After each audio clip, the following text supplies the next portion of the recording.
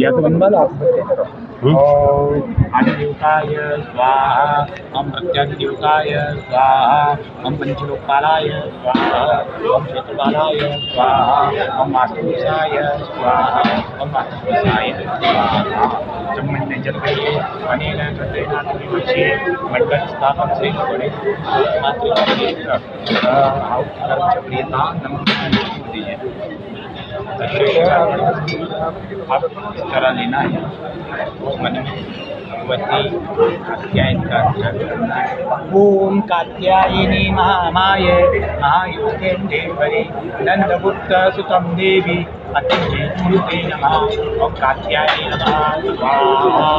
ओम कात्यायनी कात्यायनी महामाये महायोगेश्वरी नंदगुप्त सुतम देवी पतिमेते नमः स्वाहा ओम कात्यायनी महामाये महायोगेश्वरी नंदगुप्त सुतम देवी पतिमेते नमः स्वाहा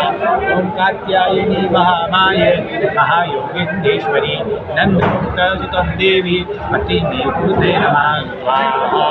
ओम कात्यायनी महामाये महायोगेश्वरी नंदगुप्त सुतम देवी पति